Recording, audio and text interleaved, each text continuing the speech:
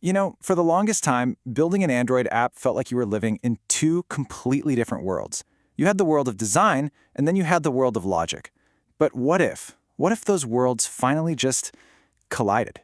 Well, today we're diving headfirst into the code revolution that has totally changed the game for how Android apps are made. So let's just chew on this for a second. Every single app you use has a blueprint, right? That's what it looks like. And it has an engine, which is what makes it go.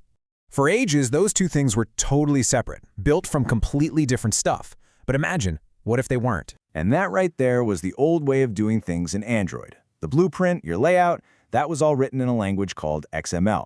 And the engine, all the smarts and logic, that was written in something completely different, usually Kotlin or Java.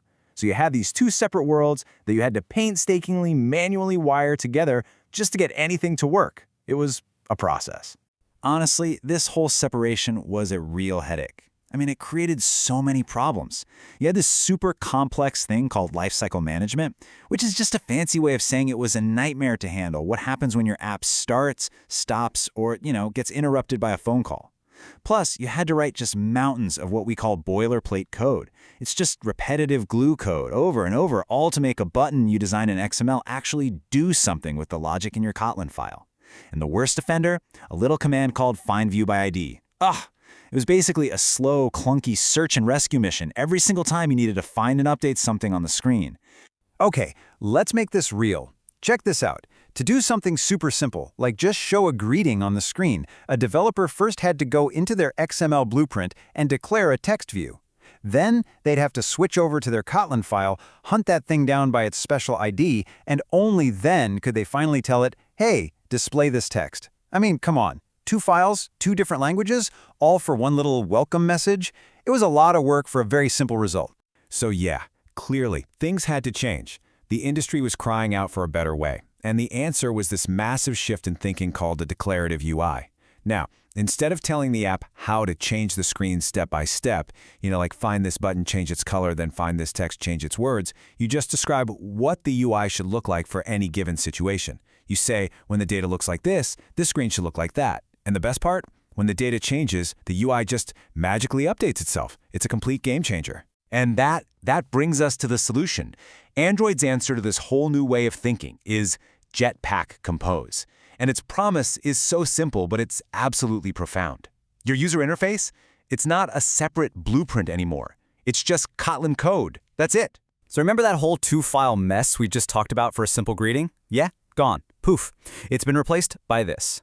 One single, clean, super readable function, all in Kotlin. You just describe the text you want, and that's it. The blueprint and the engine, they're finally speaking the same language. No more lost in translation. But hey, putting everything into code isn't just about making things look tidier. Oh no, it is a massive leap forward for anyone building apps. So let's break down exactly why this is so much better. Okay, first off, way less boilerplate code. That clunky findViewById command, a thing of the past. Gone.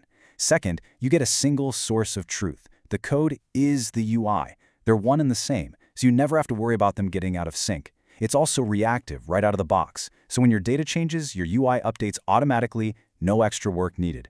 And because it's all just code, well, that makes it so much easier to test, which means more stable apps and, honestly, a much faster, more enjoyable way to build. But here's the thing. This whole revolution, it's way bigger than just buttons and text boxes. Jetpack Compose is really just the face of a much larger ecosystem of tools. This whole toolkit is called Jetpack, and it has completely modernized how we build pretty much every single part of an Android app. Let's take app navigation, for example. The old way was, well, it was a messy web. You were constantly juggling multiple screens, which are called activities, and sending these complicated messages called intents back and forth between them. It was so hard to follow and super easy to break. The Jetpack way? It cleans all that up with one single powerful component called Navigation Compose. Right at the heart of it is this thing called the nav controller. And you can just think of it like an air traffic controller for your app.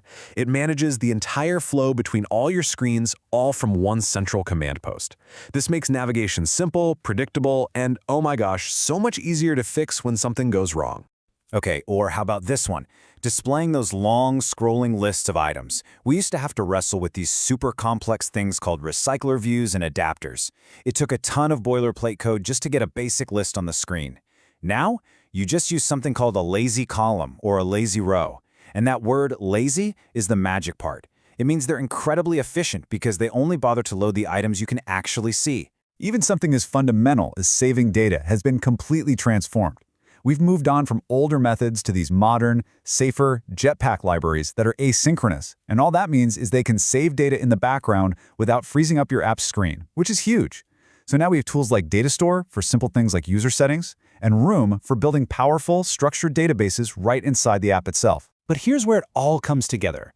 The real power is that because your UI is just code, it plays beautifully with professional software patterns like MVVM. Now that sounds complicated, but it's really just a smart way to keep your app's data, its logic, and its UI all neatly separated and organized. And that lets developers build these incredibly well-structured, scalable, and easy-to-maintain apps where everything just clicks together perfectly. When you put all these changes together, it's pretty clear we're in a whole new era of Android development. This isn't just some passing trend, you guys. This is the new foundation. The future is 100% composable. And I'm not the only one saying it. That feeling is echoed all across the industry. I think this quote just nails it. Jetpack Composed is a foundational shift, not just a new library, but a new way of thinking about how Android apps are built and maintained. So, if there's one thing to take away from all this, it's that Jetpack Compose is not just another option on the menu. Nope. It is now the official, Google-recommended, industry standard for building new, modern Android apps. Plain and simple. It's a skill that developers need to have, right now. By finally tearing down that wall between an app's blueprint and its engine, we've unlocked a whole new world of speed, power, and creativity. So I'm going to leave you with this final thought to ponder. When your UI is just code, what can't you build?